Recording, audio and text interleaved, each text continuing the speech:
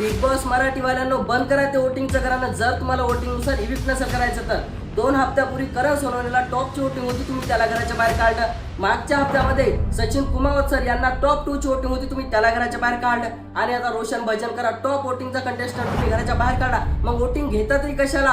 ही प्रेक्षकांची दिशाभूल करताय तुम्ही. यावरून हे तर सिद्ध झालं की हा गेम रिअल पर्सनॅलिटीचा नाही तर फेक पर्सनॅलिटीचा आणि स्क्रिप्टेड शो आहे. कारण जी तन्वी कोलते सुरुवातीला चोरीच्या नावाखाली एवढा बोंबाबोंब ठोकत होती, ती तन्वी कोलते जाऊन चोरीला पाठिंबा देते. भाऊच्या धक्क्यावर तिला काही बोलला जात नाही. रुचिता अक्षरशः एवढी आरडाओरड करते, प्रेक्षकांच्या डोक्यात जायला लागली, ती तुम्हाला घरामध्ये पाहिजे. राकेश बापट, सागर कारंडे, दीपाली सय्यद याला तुम्ही स्पेशल व्हीआयपी ट्रीटमेंट देता. बोलता कोणाला रुचिताला तरी ती घरात आहे, बोलता कोणाला तन्वीला तरी ती घरात आहे. भाऊच्या धक्क्यावर विनाकारण मुद्दे मांडण्यात येतात, जे की आणि जे मुद्दे रिअल आहेत ते तुम्ही झाकून ठेवता. प्राजक्ता शुक्रे ही शुगर कोटेड गेम खेळते. अनुश्री मानेच्या आणि प्रभूच्या तुम्ही चोऱ्या नॉर्मलाइज करून टाकलेले. आणि विशाल हा एवढा ओव्हर स्मार्ट बनतो की जसं घर हा बिग बॉस नाही तर तो चालवत आहे. आम्हा प्रेक्षकांचा सांगायचं असलं तर आम्ही शो फक्त राखी सावंतमुळे बघतोय, बाकीचा सगळा हा बाजार तुमच्याच मनाने भरवलेला आहे.